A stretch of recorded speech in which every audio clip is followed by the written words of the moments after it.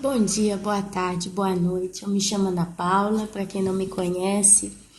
Hoje é dia 6 de março de 2016. 6 de abril, desculpa, me embrulho com os meses.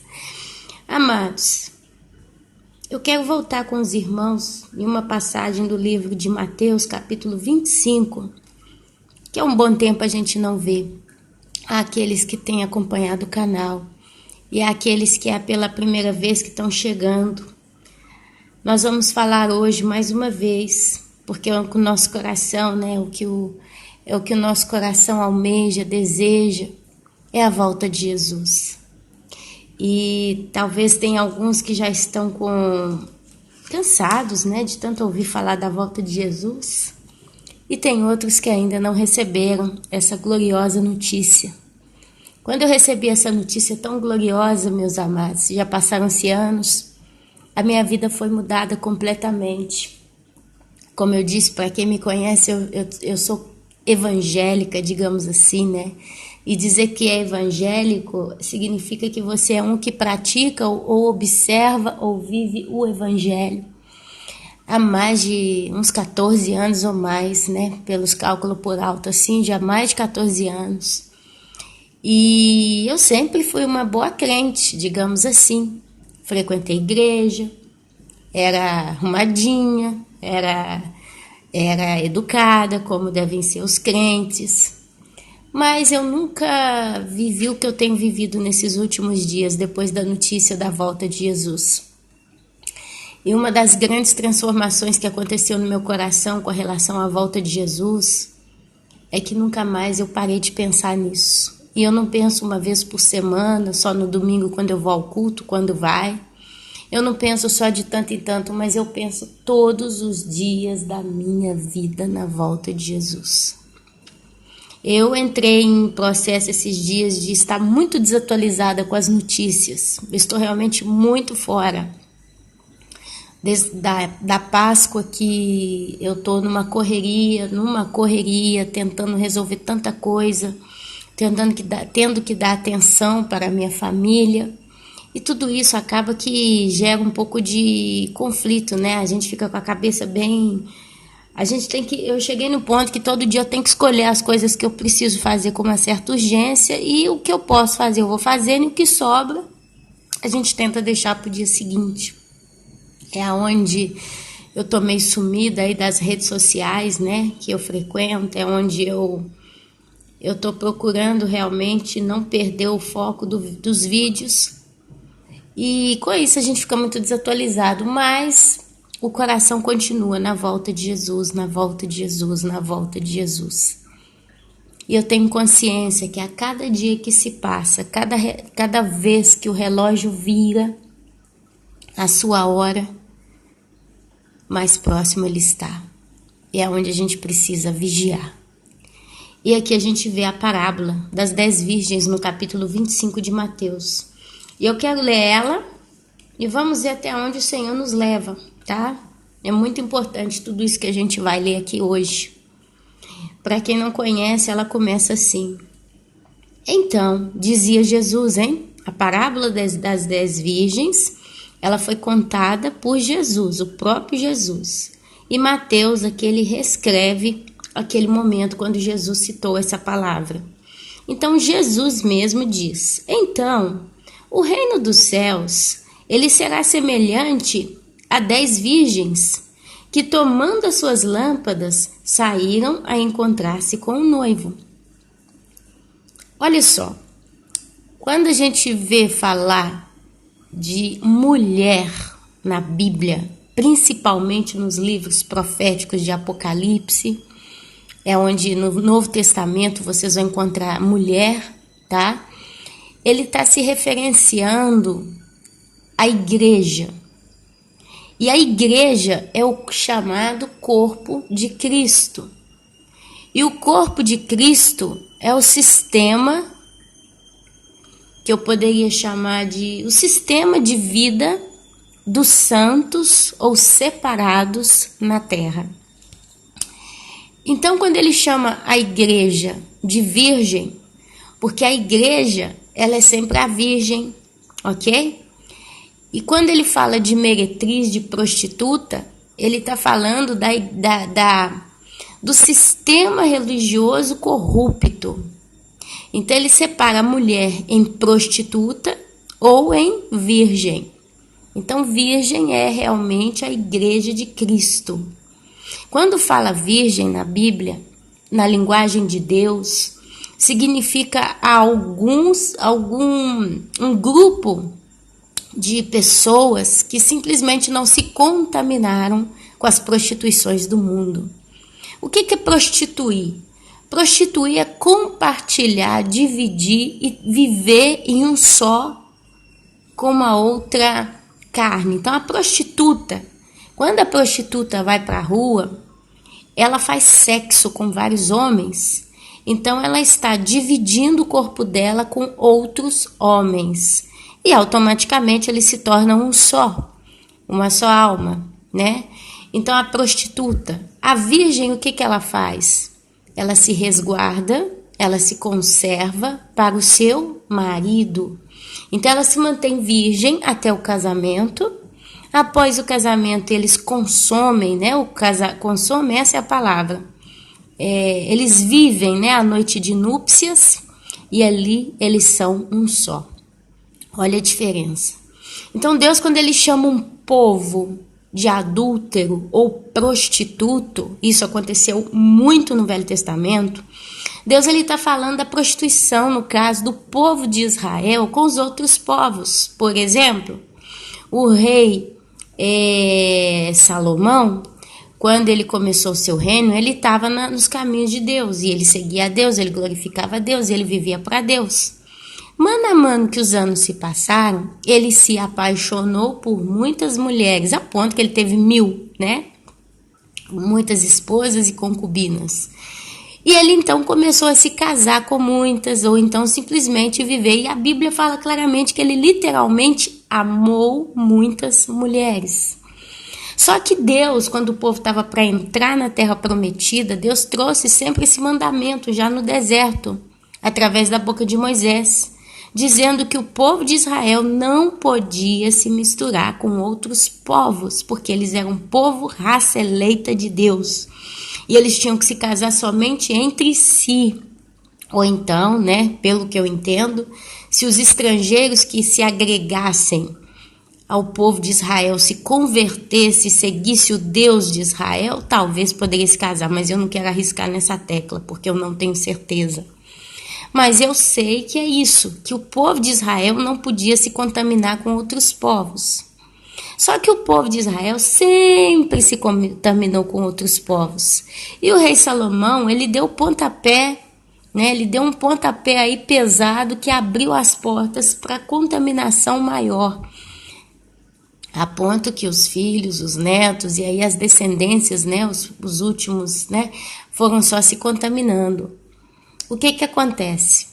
Salomão recebeu bênçãos de Deus e ele se casou com mulheres etíopes, casou com mulheres, casou, por exemplo, com a rainha do Egito, casou com mulheres de vários países, vários locais, vários lugares, mulheres de todo tipo de culto daquela época.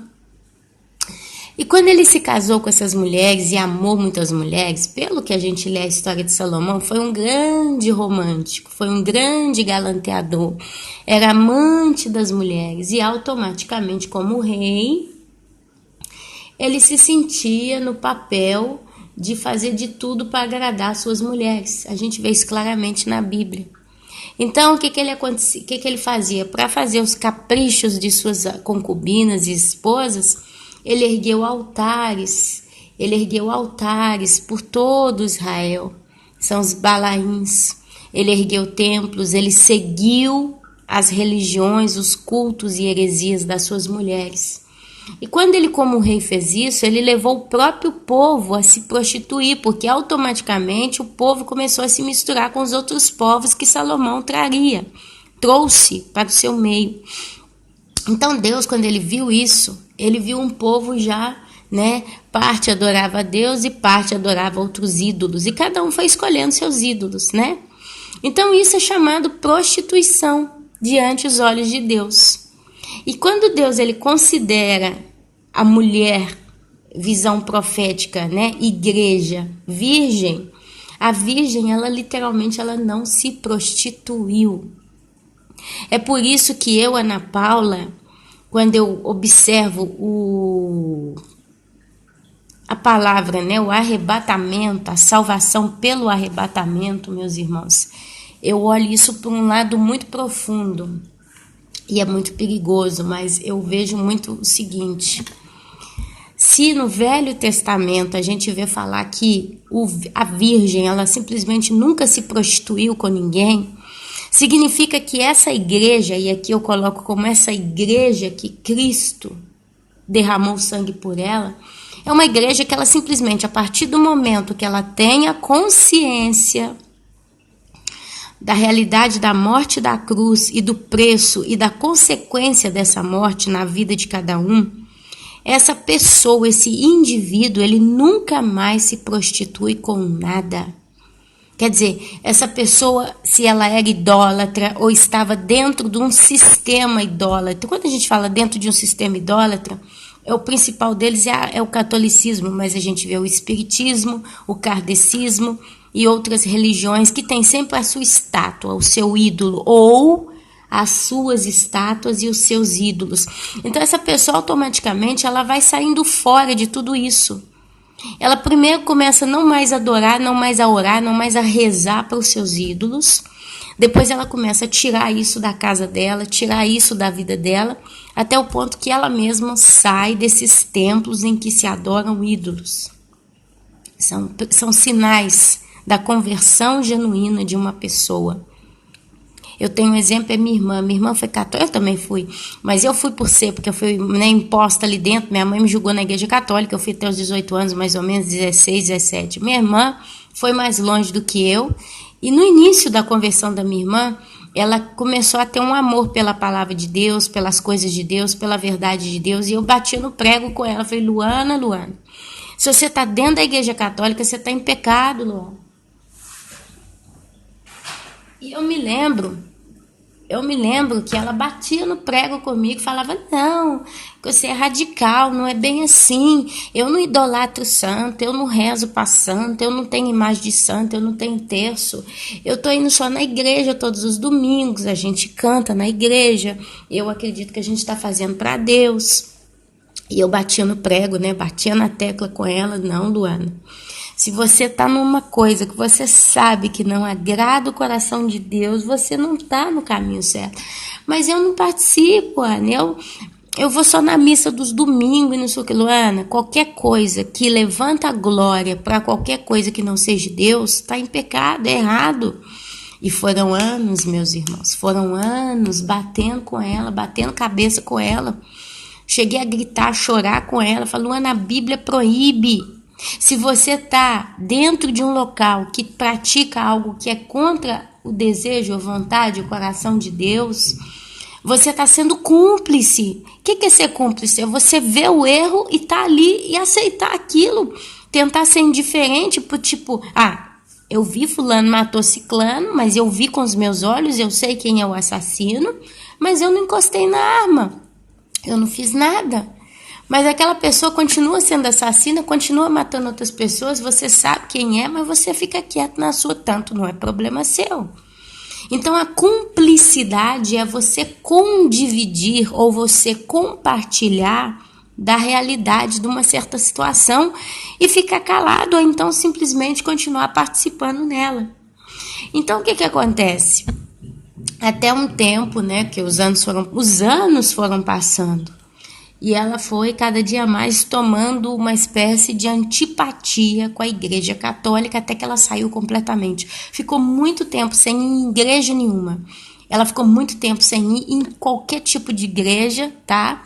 Até que agora ela entrou para uma igreja, hoje ela faz parte de uma igreja presbiteriana, se batizou de novo e não vai mais e não aceita mais as doutrinas, no caso da igreja católica. Quer dizer, enquanto a pessoa está em contato com a certa realidade, ela está em prostituição. Então, quando Deus fala de virgem, ele fala daquele que já não mais se prostitui. Quer dizer, você nasceu de novo, você é nova criatura, o Espírito Santo convenceu você do pecado. E quando a gente fala do pecado, não é só do seu pecado, mas é do que é pecado. Então você começa a ter uma ideia, uma noção, um entendimento, um discernimento, um conhecimento do que é certo, do que é errado, do que agrada o coração de Deus e do que entristece o coração de Deus. E você começa a sair fora do que não agrada o coração de Deus e começa a se aprofundar nas coisas que agradam o coração de Deus. É um processo natural que o próprio Espírito Santo gera no coração dos eleitos. Amém? Então, eles são as virgens. A virgem, então, ela não se contamina com nada que entristece o coração de Deus. Ela peca? Sim, porque todos nós somos pecadores. Isaías já dizia, não tem um justo, um só sequer. Ok? O pecado é uma coisa, a prática do pecado é outra, e contaminar-se em prostituição com o mundo é outra ainda. Amém? Quer dizer, quando uma pessoa nasce em Cristo, ela se torna nova criatura. As coisas velhas ficaram para trás. E ela começa a descobrir toda uma nova vida. E ela vai sempre sendo atraída pelo amor de Deus à santificação. Se você olhar no dicionário o que significa santo, você vai entender que significa simplesmente ser separado. É onde a virgem, ela é separada do sistema mundo, que é governado por quem? Pelo príncipe deste mundo. Quem é? Satanás. Então, tudo que está no mundo, quem governa é Satanás. E o santo, ele se separa desse mundo. Por que que os santos da Igreja Católica não são santos diante dos olhos de Deus e muitos estão no inferno? Porque eles se separaram do mundo. Sim, você vai ver uma freira, ela não se veste sensualmente, ela se cobre da cabeça aos pés. Ela não está no mundo nas gandaias e orgias do mundo. Normalmente uma freira, né, principalmente que eu observo aqui, elas procuram, né, viver mais na caridade. Você não acredita que você vai ver uma freira vendo uma televisão, um filme pesado, uma novela, talvez, eu não sei se elas assistem, aí eu não sei realmente, porque eu não sei como é que é a vida no convento, né, se elas se abstinam, né, ou obstinam, como é a palavra, vivem em abstinência total com as coisas do mundo. Mas o que que ela faz? Ela não está em prostituição, ela não está nos barzinhos, ela não está na gandaia, ela não está nas fofocas, mas ela está dentro do convento com um rosário na mão, rezando para aquele santo que, no caso, é a linhagem do segmento que ela tem. Quer dizer, elas estão fazendo novena, elas estão fazendo reza para Nossa Senhora, elas estão fazendo reza para a Santa, elas estão batendo o joelho no chão diante de uma estátua, altamente proibida pela Bíblia. Isso é prostituição do mesmo jeito. É paganismo do mesmo jeito. Porque a glória que elas têm que dar a Deus, elas estão dando para a Santa. Isso é pecado, pecado de morte, e elas estão indo para o inferno. Só o fato... a gente vê que todos eles, praticamente a maioria dos santos, quando são eleitos santos pelo Papa, eles já morreram, né? Mas só o fato deles serem exemplo para levar milhares e milhares e milhares de pessoas a idolatrar aquilo que eles idolatram, a servir, a seguir, a amar aquilo que eles amam, eles já têm uma condenação porque eles têm o sangue de muita gente nas mãos. Eu não vou dizer que é sangue de inocente, porque só Deus para distinguir quem é realmente inocente. Mas eles estão sendo armas de engano para levar muitos para o inferno. É onde cai naquela passagem bíblica que diz, pode um cego guiar outro cego? Então os dois estão indo para o abismo. Amém? Então virgem, meus amados, aos olhos de Deus é todo aquele que não se contamina com o sistema do mundo, com os pecados do mundo, mas também não ora para nada que não seja Deus, o Espírito Santo ou Jesus Cristo. Quer dizer, nós oramos para o Pai, no nome de Jesus, através da intercessão do Espírito Santo, que intercede por nós com gemidos inexprimíveis diante de Deus. Quer dizer, olha só que coisa linda. Então, esses são os chamados virgens, ou as virgens, ao qual se refere a parábola das 10 virgens. Ok, amados? Então, tá bom. Olha só. Então, Só algumas curiosidades. Eu ia continuar aqui, mas eu quero ler umas coisas para os irmãos, tá? Que eu achei aqui pesquisando pela internet. A parábola das 10 virgens, ela fala das 10 virgens. A gente aqui falou sobre virgem. Agora eu quero falar sobre o número 10, o significado do número 10 na Bíblia. Olha só. O número 10, isso eu fiz uma pesquisa, tá, meus irmãos, aqui rapidinho na internet. O número 10, ele entra na lista dos números perfeitos. Ele expressa também o completo, a inteireza, o todo. É considerado o número da perfeição humana. No Antigo Testamento, por 10 vezes em Gênesis 1, fala-se da ordem que Deus dá para que os seres venham à vida. Afirma-se que Deus disse 7 vezes. É quando a gente vai lá e vê, Deus criou, né, faça-se o céu, faça-se o sol, a lua, faça-se a separação entre as águas, né, faça-se toda a erva, animais selvagens. Então, na criação, ele durante 7 vezes ele vai afirmando, referindo-se à criação em geral. Vocês vão ver isso em Gênesis, capítulo 1, versículos 3, 6, 9, 11, 14, 20 e 24. E depois por 3 vezes dirigindo-se às pessoas humanas em especial. Gênesis 1, 26, 28 e 29 fala a respeito. Logo, 7 mais 3 é igual a 10, totalidade da criação. Vocês veem também que são 10 os mandamentos, são 10 as pragas do Egito. O povo no deserto se rebelou 10 vezes contra Deus. Vocês vão ver lá em Números, capítulo 14, versículo 22. São 10 os milagres de Jesus, a dívida dos 10.000 talentos, Mateus 18, 24, a cura dos 10 leprosos. Então, basicamente, o número 10 significa algo perfeito, completo, inteireza, inteiro. Amém? Então, quando ele entra na parábola das 10 virgens, ele está trazendo essa ideia de um completo, de 10 virgens. Mas olha só, na parábola das 10 virgens, a gente vai ver também os 5. O 5.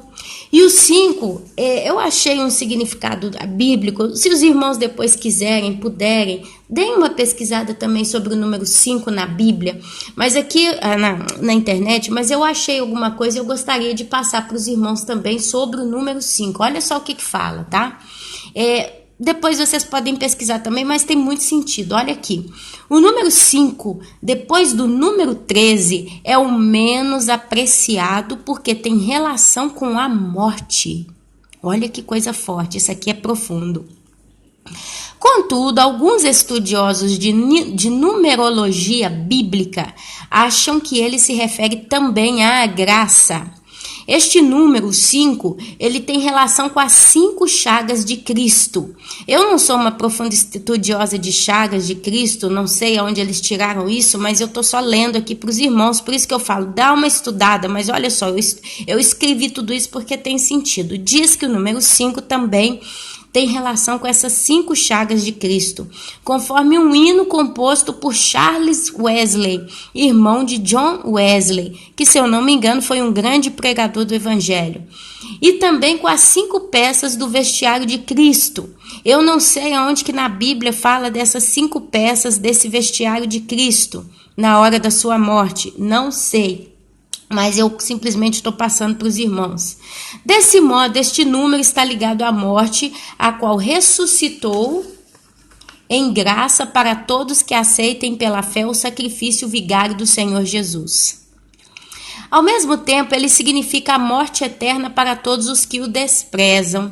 A palavra graça tem 5 letras no português e 5 no inglês. É claro que aqui o pessoal vai falar, nós temos que ver no hebraico, no grego, no aramaico, mas coincidentemente, né, ela é uma palavra que refere-se à nossa salvação pela graça, porque Cristo morreu na cruz. E aqui eles acharam esse detalhe curioso. Tem 5 letras no português e no inglês, né?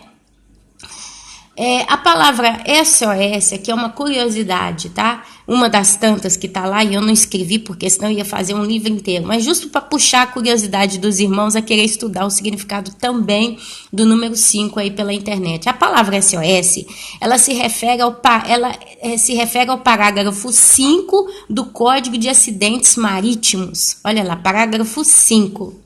Todo animal era sacrificado num altar do Velho Testamento de 5 por 5. O primeiro homem falecido de morte natural não se refere a Caim, que foi assassinado. É citado no verso 5 do capítulo 5 de Gênesis. Este homem foi o pai da raça humana, o qual, pela desobediência a Deus, trouxe a morte para todos os homens. Enquanto isso, o segundo chamado Adão, que é Jesus Cristo, pela sua morte, trouxe a graça a todos os que nele creem. Então, é só algumas curiosidades que quando eu vejo número na Bíblia, eu gosto de puxar para esse lado aí, para os irmãos terem uma noção de como que a Bíblia, ela é profunda, ela é perfeita e ela é viva. Então, vamos lá, vamos começar com essa bendita porque traz bênção para nós, parábola das 10 virgens. Então, o reino do céu será semelhante a 10 virgens, número da perfeição, tá? Que tomando as suas lâmpadas, e lâmpada para nós significa conhecimento, entendimento das coisas de Deus, saíram-se a encontrar com o noivo. 10 virgens que vão casar com um noivo só, olha só. 5 dentre elas eram nécias, quer dizer, elas não tinham inteligência para fazer prudência, né? A nécia é louca, é imprudente, se você olhar no dicionário. E 5 prudentes, olha lá, por isso que eu li o significado ali do número 5, que está relacionado com morte. E Jesus morreu na cruz para que todo aquele que nele crê tenha vida eterna. Mas também tem o significado da morte, né? Da morte, porque quem não vai por Jesus, quem não crê em Jesus, tem a morte eterna. E aqui fala que 5 virgens eram nécias e 5 eram prudentes. Os 5 aqui não quer significar metade da igreja sobe, metade fica. É uma pergunta que muita gente faz para mim, Ana, mas você acha então que metade da igreja hoje na terra vai ser arrebatada e a outra metade fica? Não, eu creio, meus amados, que é um remanescente muito pequeno, considerado a população mundial atual de 7 bilhões de habitantes.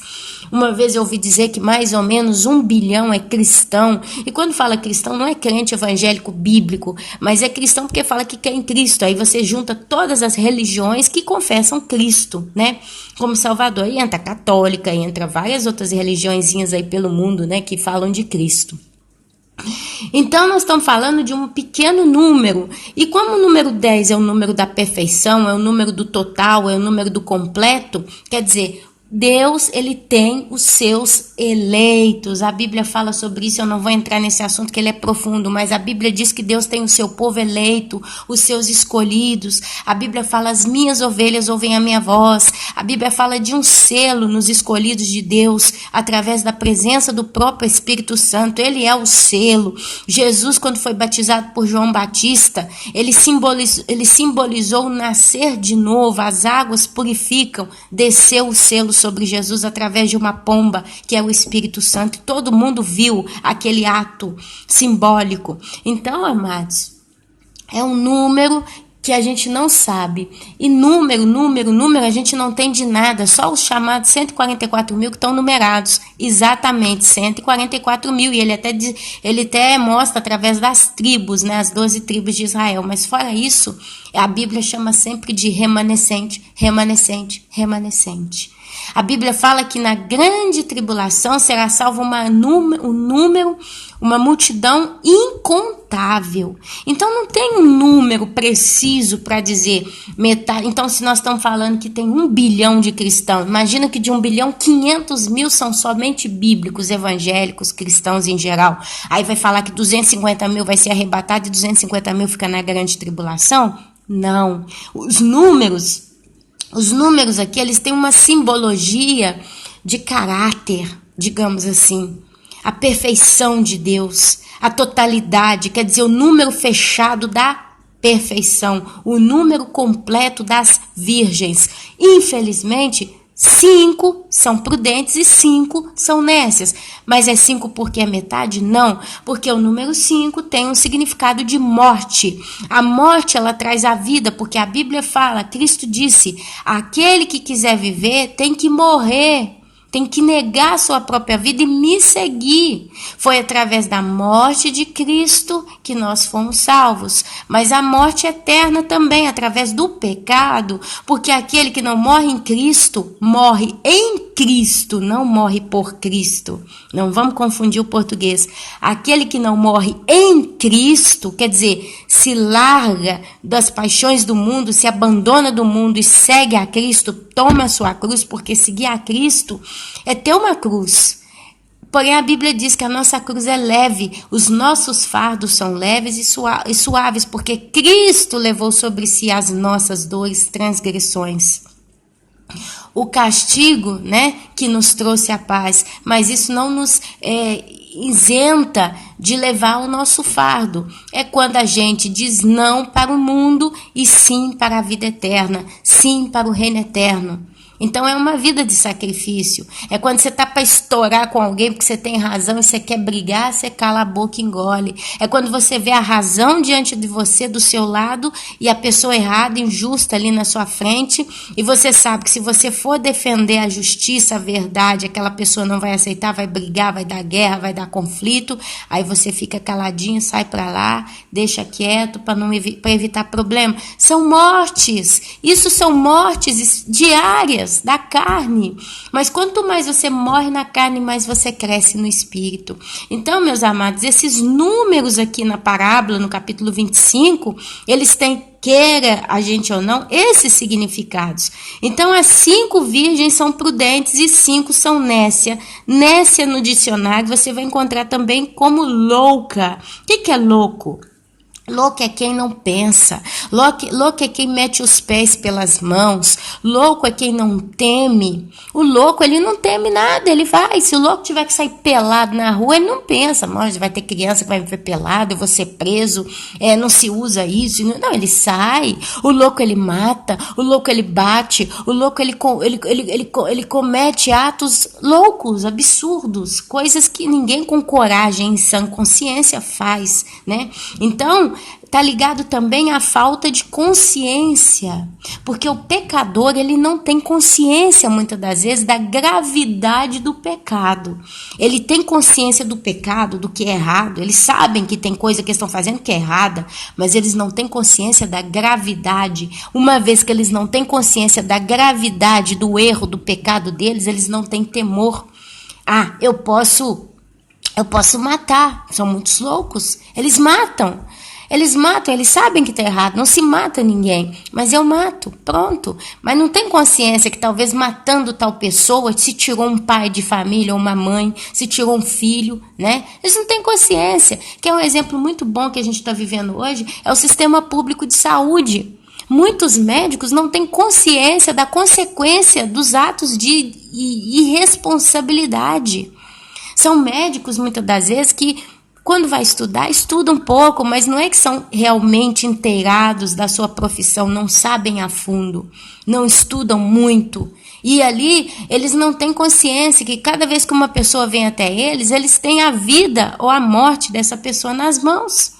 Porque se eles administram um remédio errado, ou se quando eles vão fazer uma cirurgia eles fazem de modo errado, ou inconsequente, ou de qualquer jeito, sem capricho, sem cura, sem cuidado, eles podem levar a pessoa ao óbito, à morte. Às vezes o médico, ele tem consciência que se ele não fosse correto na sua profissão, ele vai matar uma pessoa, mas muitos médicos não estão nem aí.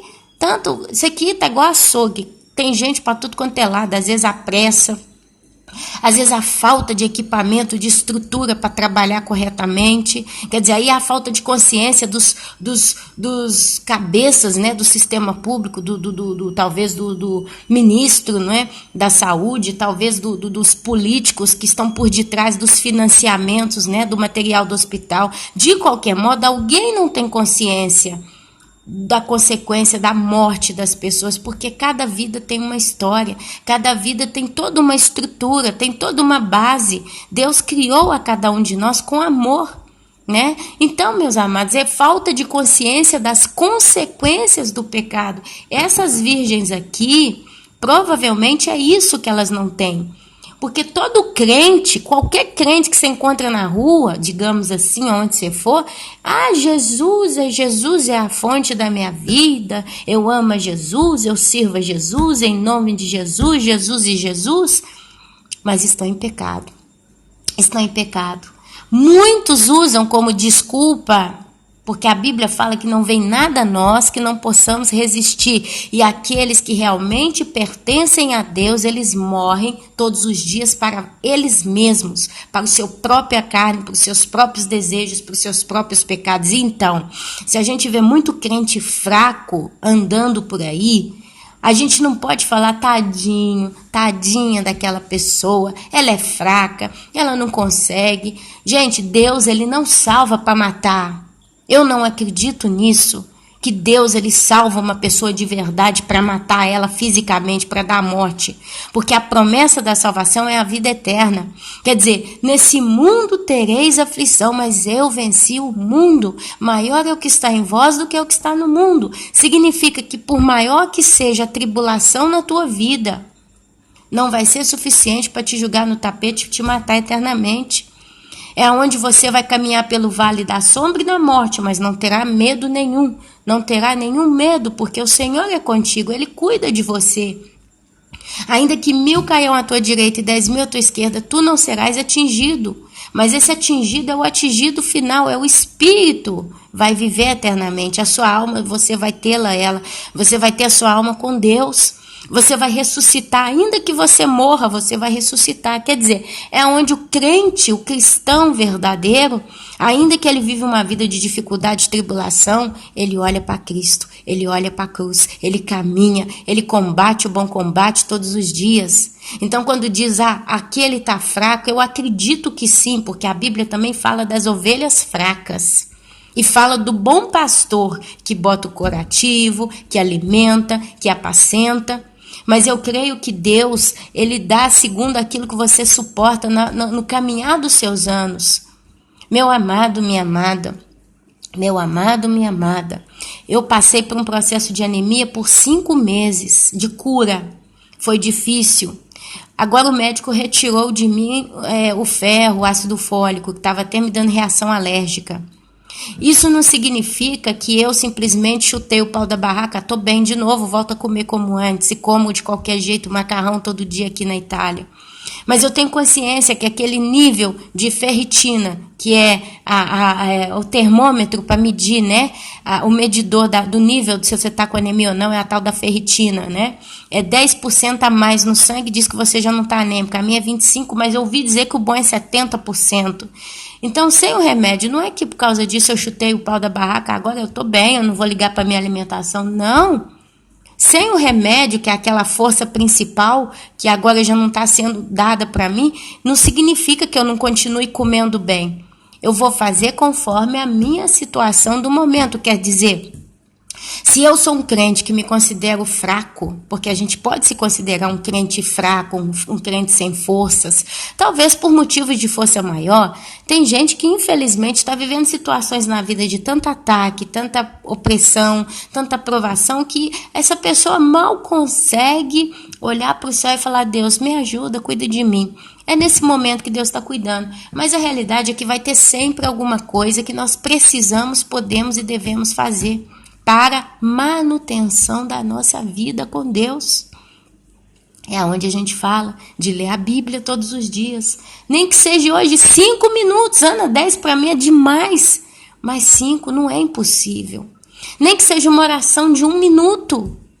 Ana, eu não consigo 3, mas eu consigo falar, Senhor Jesus, olha, eu entrego a minha vida mais uma vez nas tuas mãos, eu peço ao Senhor que cuide de mim, que me encha, que me dê força, porque eu não estou tendo nem para orar, eu estou orando à força, mas eu creio que o Senhor cuida de mim, eu creio que o Senhor zela por mim, Senhor, me dá a armadura de Efésios 6, eu não sei citar essa armadura, porque eu ainda não decorei, eu não tenho cabeça para decorar, Pai, mas eu sei que ela me traz aquilo que eu preciso para combater o combate diário contra mim mesma, contra a minha carne. Senhor, perdoa os meus pecados, sonda meu coração, traz em mim arrependimento e sinceridade para contigo. Amém. Acabou, meus irmãos. É uma oração, importante é que seja sincera.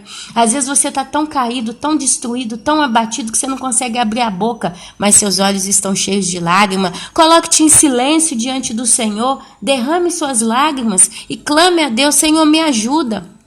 Às vezes uma pessoa, quando ela está em situação de perigo, ela está no meio de um acidente, ela não consegue falar porque talvez ela foi ferida. Então ela está com sangue, está com hemorragia, está com muita dor. Ela só consegue olhar para a luz com os olhos cheios de água, como quem diz, eu preciso de ajuda. Talvez é o seu ponto hoje, mas pelo menos levante os seus olhos para o céu.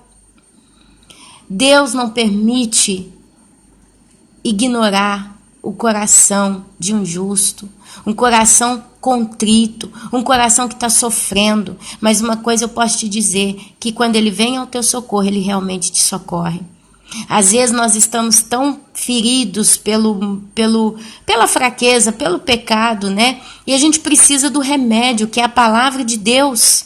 Porque esse óleo aqui nessas lâmpadas é o óleo de Deus, que é a palavra de Deus. Amados, quando uma pessoa está doente, ela tem uma doença qualquer, ela precisa ser medicada, cada pessoa tem uma dosagem justa de medicamento. Ela não pode enfiar o vidrinho inteiro não sei, de um remédio qualquer para curar a febre. Ela tem que tomar a dosagem justa por dias determinados. Então, por 5 dias, toma tal remédio. E a pessoa vai tomando até que ela se cura. Se ela tem que tomar um antibiótico, tem a dosagem exata de acordo com o peso corpóreo da pessoa. Ela não pode simplesmente, vamos resolver rápido, eu pego esse vidro inteiro e tomo ele, resolvo. Não, ela morre. Assim também é o nosso espírito, a nossa alma tratada nas mãos de Deus. A cada dia, Deus te dá um pouco do remédio. Mas se você não abre nem a boca para tomar o antibiótico, como é que você vai ser curado? Não é verdade? Deus ele não vai te pegar com injeção e vai te dar uma injeção à força. Deus ele quer te dar um antibiótico na boca. Esse antibiótico para a sua doença que se chama pecado original, basicamente parte da palavra de Deus. Essa é a base. Essa aqui, a Bíblia, ela é a base, é o remédio base que nós temos, é a palavra de Deus. A Bíblia diz que é lâmpada para os nossos pés. Espiritualmente, nós estamos caminhando rumo ou à vida eterna ou à morte eterna. Então, aqui fala sobre isso. O reino dos céus ele será semelhante a 10 virgens que, tomando as suas lâmpadas, porque todos aqueles que são de Cristo, eles têm a sua lâmpada. E essas virgens, elas tomam a lâmpada e saíram a encontrar-se com o noivo. Aqui não está falando como é o estado das lâmpadas. Diz que elas tomaram a lâmpada, quer dizer, a salvação. Quando você supostamente aceita Jesus como teu Senhor e Salvador, você é salvo. Mas você então ganha essa lâmpada. Ela é vazia, porque a partir daquele momento você vai ter que encher a sua lâmpada com a busca ao Senhor. 5 dentre elas, então, eram loucas e 5 eram prudentes. O que é ser prudente, amado? É estar sempre em atenção, é ser zeloso, cuidadoso, preocupado, se importar com você. Porque a salvação ela está baseada em se importar com você mesmo. Eu estou lendo a Bíblia, eu estou estudando, eu estou orando, eu estou procurando não pecar, eu estou me afastando das coisas que me levam a pecar. O que eu estou fazendo? Isso é ser prudente, é prudência. Procura no dicionário, você vai achar tantos significados maravilhosos com a palavra prudente. As loucas ou nécias, ao tomarem as suas lâmpadas, não levaram azeite consigo. Aqui na minha Bíblia está dizendo que elas nem levaram o azeite, quer dizer, elas estavam totalmente sem o Espírito Santo. Quer dizer, elas estavam completamente sem entendimento, sem sabedoria, sem nada. Praticamente é uma vida que aparentemente está salva, porque elas têm a lâmpada, mas a lâmpada está vazia. São os crentes que estão vivendo no oba-oba. A gente está vendo isso aí para todo lado. Eles acham que estão vivendo em Deus, mas eles são vazios, porque são corações que não se arrependem, que não temem, que não têm contrição. São pessoas que simplesmente são religiosas. São bons em chegar na hora do culto, cantar, são bons para sentar, para ouvir o que o pastor fala, quer ouvir aquilo que gosta, porque se fala alguma coisa pesada, dá comichão no ouvido e sai correndo. São os crentes bons para fazer campanha, são os crentes bons para comandar todo mundo, para se sentir os melhores. Quer dizer, sem óleo, sem azeite. No entanto, as prudentes, além das lâmpadas, levaram azeite nas vasilhas. Olha, a prudência. Quer dizer, é estar cheio do Espírito Santo. É o que nós estamos fazendo agora. A gente está se alimentando do quê? Da palavra de Deus.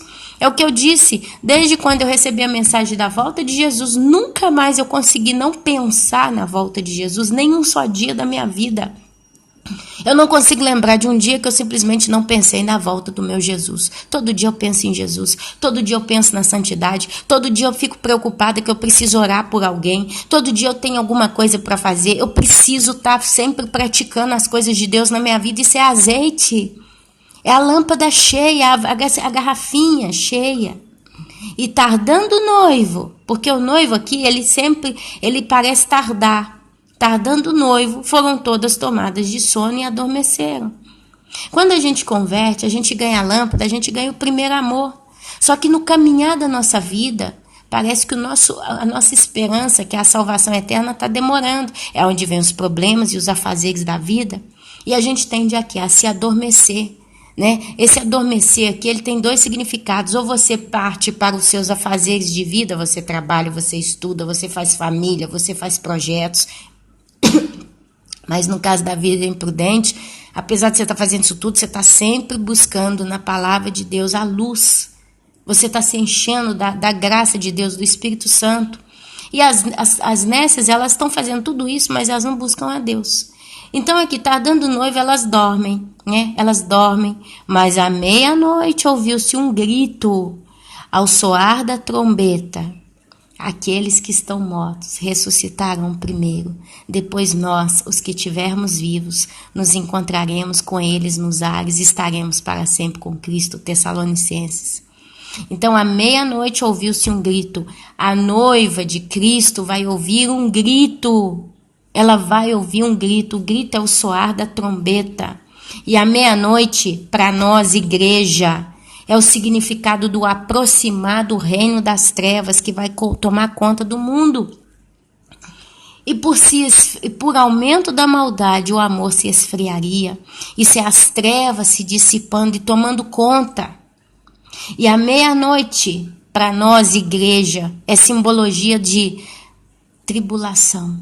Quer dizer, a meia-noite também é virada.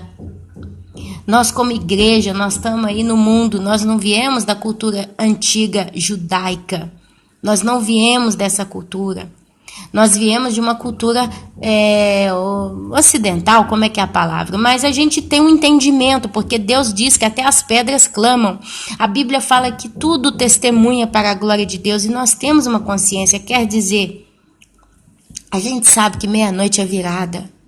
Meia-noite e 59 do dia 2 é meia-noite e 59 do dia 2. Não, desculpa, 11h59. Quando fala meia-noite e 1 do dia 2, já não é dia 2, é dia 3. Quer dizer, o horário da meia-noite em si é a transição de um dia para o outro. E a meia-noite é o horário que a noite ela é mais escura. Porque começa a anoitecer normalmente às 6 horas da tarde. Normalmente, num período, né? Na maior parte do ano, 6 horas da tarde começa a anoitecer. Então, quando você vê 7, 8 horas da noite, o céu já está escuro. Mas a meia-noite é o ápice da escuridão. Porque de 1 hora, 2, 3, 4, 5, 6 começa a clarear. De 3 horas mais ou menos em diante, a tendência é começar a clarear. Mas a meia-noite é o ápice. Quer dizer, a grande tribulação ela vai vir logo após o arrebatamento. Quer dizer, vai ser uma virada radical. Vai ser uma virada radical de tempos, de dispensações. Nós estamos na dispensação da graça. Que vai virar para dispensação, né? Que os santos que vão ser salvos, eles vão ter a graça de Deus, porque Deus, a graça de Deus, ela é salvífica. Então, enquanto Deus salva para o céu, Ele está dando graça. E dar graça é dar condição, é dar a chance, a oportunidade a um ser humano de ser salvo.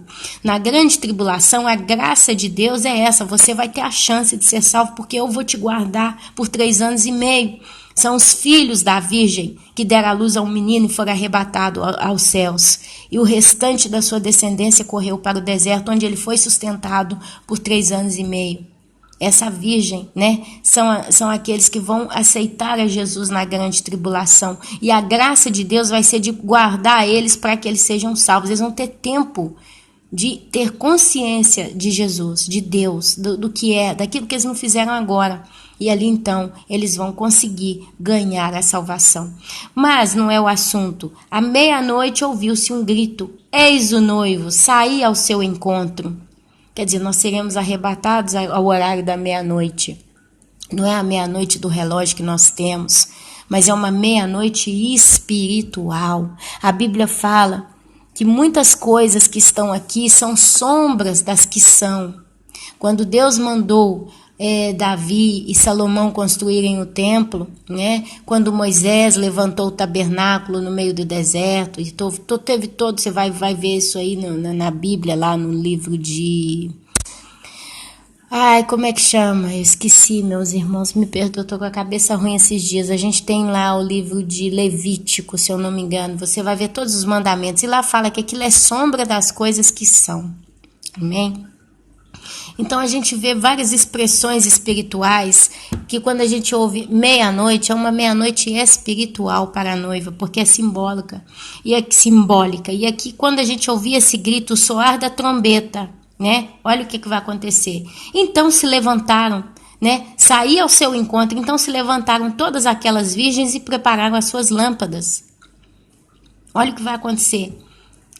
No momento do arrebatamento, a gente vai encontrar-se com o noivo, com o azeite, com o Espírito Santo. É Ele quem vai nos levar ao céu. Aquelas que ficarem, elas vão começar a correr para buscar azeite. Elas vão querer resolver. Vai ser o desespero das que ficaram. E as nécias disseram às prudentes: dai-nos do vosso azeite, porque a nossa lâmpada está se apagando. Meu amado, eu vejo muita gente falando: Ana, ora por mim. 90% das pessoas que me pedem oração estão também em oração.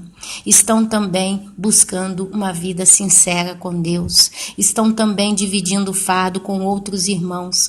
Então, quando a gente ora em harmonia. Mas tem qualquer caso, nós estamos falando em todos esses anos, tá? Coisa que passou, coisa que vem, coisa que acontece, que são pessoas que pedem oração, mas não oram, não buscam, não fazem nada. Então elas estão pedindo o meu azeite, quer dizer, elas acham que através da minha oração, outras pessoas vão ser salvas, elas mesmas vão conseguir levantar. E não é bem assim. A oração, ela precisa ter concordância, e a concordância não é: Ana Paula ora por mim, então vai dar certo, amém, concordei. Não, a concordância tem que ser prática, quer dizer, eu oro daqui, você ora dali, eu oro de cá, você conserta de lá.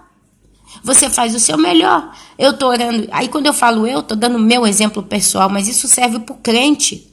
Enquanto eu oro por você, você está combatendo, você está lutando, você está se enchendo. E aí Deus vai e abençoa. É onde surgem milagres. É onde você escuta testemunho de irmãos que dizem: Ana, depois de tal oração aconteceu um milagre. Porque aquela pessoa também está trabalhando, ela está correndo atrás, ela só não descarregou nas suas costas o seu problema e você está orando por ela. Tem a diferença. Então aqui você vai ver as virgens nécias pedindo: dai-nos do teu azeite, porque a nossa lâmpada está se apagando. Ai, irmã, ora por mim porque eu estou fraco, eu não estou dando conta. Aí a irmã vai orar pelo irmão ou pela irmã, e o irmão vai ver televisão, vai ver futebol, vai passear, vai sair, vai brincar e tá. E a irmã tá lá orando. Como é que pode um azeite desse ser recebido? Entendeu? Mas as prudentes então aqui respondem: não. Para que não nos falte a nós e a vós outras, e de vós mesmos antes aos que vendem e comprai. Quer dizer, é quando o crente que está debaixo do temor de Deus, da sabedoria de Deus, ele sabe identificar para quem que ele ora e para quem que ele não ora. Tem certos momentos que a gente ora por certas pessoas, que a gente realmente vê a necessidade da pessoa, a gente ora por ela e ela é abençoada. Mas com o passar do tempo, dos dias, das semanas, dos meses, a gente observa que aquela pessoa, ela está acomodada para ela mesma. É onde a gente corta. Opa, eu não vou orar mais por essa pessoa. Porque se eu orar por essa pessoa que está levando a vida no oba-oba, eu vou acabar perdendo para mim mesmo o meu azeite, porque eu estou tão concentrado num problema de uma pessoa que não quer saber de nada, que eu estou deixando de me encher para mim mesmo, porque a salvação é individual. Não adianta, meus irmãos, você orar por uma pessoa, por uma condição e só por aquilo e esquecer de orar por você, esquecer de ler a Bíblia, esquecer de se encher sempre. Então você perde o que você tem, porque você vai se frustrar. É onde você vai começar a ver os frutos daquela pessoa. Aquela pessoa começa a se perder do tudo, porque ela não está séria com Deus. E é onde você fica com raiva, magoada, você começa a brigar. Quando você assusta, você está vazia, porque o Espírito Santo ele tem que ser cultivado em nós. Se você não cultiva, quando você assusta, tem muito pouco da presença de Deus, da soberania de Deus. Não está mais falando em primeiro lugar, mas a carne toma conta e você começa a pecar sem perceber. Quando você assusta, o azeite está pouco. E na hora do arrebatamento, vai ser na virada da meia-noite, se você olhar no dicionário, arrebatar é tomar com força. Quer dizer, não vai ter tempo. Por isso que fala aqui, que a virgem prudente, ela vira para Ness e fala, não, vai você comprar, porque senão eu e você vamos ficar sem. É onde a gente sabe discernir em que coisa investir e em que coisa não investir espiritualmente falando. Não adianta você ficar na cabeça de uma pessoa, vamos para a igreja, vamos não sei o quê, que a pessoa não quer saber. A gente tem que pedir a Deus sabedoria, me faz entender essa pessoa. Ela realmente está fraca e precisa do quê? Ou ela está só brincando com as coisas do Senhor e vai puxar eu para o buraco com ela? E saindo elas para comprar, chegou o noivo. Porque quando as virgens imprudentes, nécias, forem procurar esse óleo, o noivo chega. Isso vai acontecer, meus irmãos, isso vai acontecer. E as que estavam apercebidas, quer dizer, percebiam tudo o que está acontecendo, elas estavam apercebidas, entraram com ele para as bodas e fechou-se a porta. Quer dizer, essas virgens nécias, elas não estão percebendo a gravidade da situação em que elas se encontram. Todo mundo sabe que precisa buscar a Deus, mas quantas pessoas dizem, eu não vou acertar com Deus minha vida agora não, mas eu vou aproveitar mais um pouquinho. Quantas vezes a gente já ouviu essa frase? De pessoas jovens dizendo, eu não vou na igreja ainda não, eu vou esperar mais um pouquinho, porque eu ainda quero namorar muito, eu ainda quero brincar muito. Quando eu tiver vivido um pouquinho a vida, eu vou acertar com Deus, eu vou ficar séria com Deus. Quer dizer, tem noção que precisa buscar, mas adia, porque precisa primeiro colocar o mundo no lugar. Muitos crentes sabem que um dia Jesus vai voltar. A realidade é que todo crente bíblico sabe que vai chegar um dia que Deus ele vai limpar essa bagunça. Mas hoje para eles está muito bom, está muito gostoso viver no mundo. E eles não querem que Deus limpa nada, porque a vida deles está boa. Deus, espera mais um pouquinho, não vem agora não, que eu ainda tenho que continuar aqui. Acabei de entrar para um emprego novo, tá tão legal trabalhar aqui. Eu estou construindo uma carreira maravilhosa, todo mês eu recebo um salário. Acabei de comprar um carro zero, paguei à vista, agora eu estou com outros projetos para comprar. Não, Deus, espera mais um pouquinho. Acabei de conhecer aquela mulher ou aquele homem. A gente está assim, vivendo um momento tão legal. Eu quero casar com ela, espera mais um pouquinho. E o azeite, cadê o azeite? Cadê o azeite? Não tem. Tá adiando. E ali vai ser de corpo, vai ser de uma vez só. E olha só, infelizmente, o que vai acontecer. Mais tarde, quer dizer, primeiro ou depois, antes ou depois, algum momento vai chegar esse tempo que elas chegaram as virgens nécias, clamando. O que é clamar? É gritar, é pedir, é suplicar. Clamando, Senhor, Senhor, abre-nos a porta.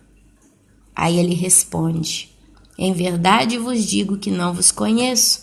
Vigiai, pois porque não sabeis nem o dia nem a hora. Elas vão clamar para abrir a porta. Basicamente, eu vejo um desses quadros. Eu acredito que tem outros, mas esse é um quadro que vai acontecer com clareza. As virgens nécias. Esse povo que tá brincando aí de buscar a Deus. Hoje busca, amanhã não busca, hoje busca, amanhã não busca, né? Melhor que fosse quente ou frio, porque se for morno eu te vomito. Então eles são mornos. Acontece o arrebatamento. Vum! Subiu. Aí eles vão olhar para o lado, vão olhar para o outro. Cadê? Televisão noticiando, televisão daqui, televisão dali. O povo desesperado, né? A loucura vai tomar conta do planeta. Para esses que têm noção do que é, aí eles vão desesperar. Eles vão entrar na grande tribulação. Eles vão entrar na grande tribulação. E ali o clamor deles vai ser, Senhor, Senhor, abra-nos a porta, abra-nos a porta, abra-nos a porta. Eles vão lamentar todos os dias que eles ainda tiverem nessa terra. Senhor, Senhor, abra-nos a porta, me leva, Senhor, me salva, Senhor. O Senhor levou os outros, pode levar eu também, eu ainda creio, Senhor. Senhor, Senhor. E aí fala, em verdade, eu não vos conheço. E conhecer de Deus para com o homem é um relacionamento. Eu conheço Barack Obama da televisão. Então, se eu andasse na rua e ele passasse por mim, eu iria reconhecer, esse é o Barack Obama. Falo ele porque todo mundo sabe quem é. Então, eu conheço de vista. Mas eu conheço os meus filhos. Eu sei quando eles querem dormir, eu sei quando eles estão nervosos, eu sei quando eles estão doentes, eu sei quando eles estão brincando, eu sei quando eles estão precisando de carinho, eu sei quando eles querem conversar, eu sei quando eles querem ficar de lado, eu sei quando eles estão aprontando. Só de olhar eu já sei, porque eu tenho comunhão com os meus filhos. É intimidade. Eu sei quando eles já estão um pouquinho... Eu lavo meus filhos, eu dou de comida na boca, eu gerei meus filhos desde quando eles nasceram. Quer dizer, uma comunhão. Eles chegam em casa, eles já me conhecem, meu jeito bravo de ser com eles, ou meu jeito carinhoso. Eles sabem quando eu perco a paciência do tudo, eles sabem quando eu estou só nervosinha ali, estou tentando parar aquela situaçãozinha. Eu conheço meus filhos. Eu conheço Barack Obama, eu conheço meus filhos, mas...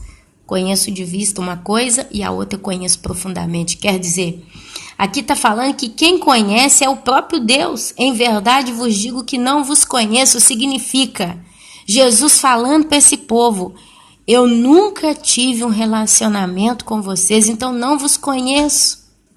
Deus, ele conhece todos nós, ele sabe do mais profundo dos nossos corações, mas esse conhecer aqui é o relacionar.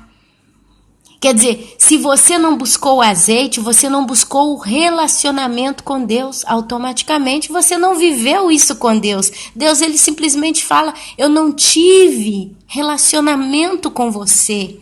Nós não caminhamos juntos, eu caminhei com você para tentar te ajudar, mas você não quis caminhar comigo. Nós não tivemos momentos, experiências. Apartai-vos de mim. Eu gostaria de entrar na parábola dos talentos, mas aqui eu vou mudar o contexto e a hora aqui já está alta para mim. Mas a realidade, meus irmãos, é essa. O arrebatamento, ele está às portas, meus irmãos. Para você que ainda não entendeu, Jesus, ele está às portas. Eu posso estar longe das notícias como eu estou por falta de tempo, eu realmente estou perdidinha. Mas eu sei que o meu Jesus está às portas, porque eu não quero olhar para o terremoto, não sei de quanto que aconteceu, não sei aonde, não sei que dia. Eu não estou conseguindo olhar pelo avanço dos terroristas no mundo. Eu não estou conseguindo ver a situação da Dilma no Brasil nessa semana que aconteceu, aqui na Itália também. Eu não estou de olho na política própria dita. Eu não estou vendo qualquer fenômeno, qualquer coisa. Mas eu tenho consciência que não tem um só dia que eu não penso na volta do meu Jesus. E por mais que eu não tenha tempo, e realmente eu não estou tendo, porque a seara está ficando grande para Ana Paula, eu não estou abrindo mão de observar as escrituras. Eu não estou abrindo mão da oração. Eu não estou abrindo mão de perseverar na santidade. Não é fácil, mas eu estou aqui firme e forte comigo mesmo e com Deus, porque isso é entre eu e Deus. Irmão nenhum vai poder me ajudar naquele dia. Ninguém vai poder me ajudar naquele dia. Se eu não fizer agora, se eu não investir agora, ainda que às vezes é com sacrifício, na hora que eu precisar do azeite eu não vou ter, eu vou ficar. Por isso, meus amados, que a vida com Deus tem que ser uma constante consagração. Todos os dias você precisa se apresentar diante de Deus, você precisa pensar em Deus, você precisa ouvir, aprender e ler as coisas de Deus, você precisa se encher. Quanto mais você ora, quanto mais você observa as coisas de Deus, mais você está longe do pecado e mais você se torna prudente até para observar os seus atos cotidianos. Por isso, Jesus está voltando. Eu posso te dizer, a garrafinha do azeite, ela vai ser enchida se você ainda tem tempo. Quanto mais lhes for dado, mais lhes será cobrado.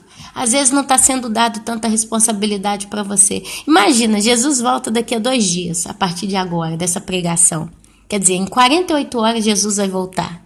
Às vezes você é uma virgem nécia, nesse momento que está me escutando. Mas você tem 48 horas para se arrepender de todo o coração e não fazer outra coisa a não ser buscar a Deus a partir de agora.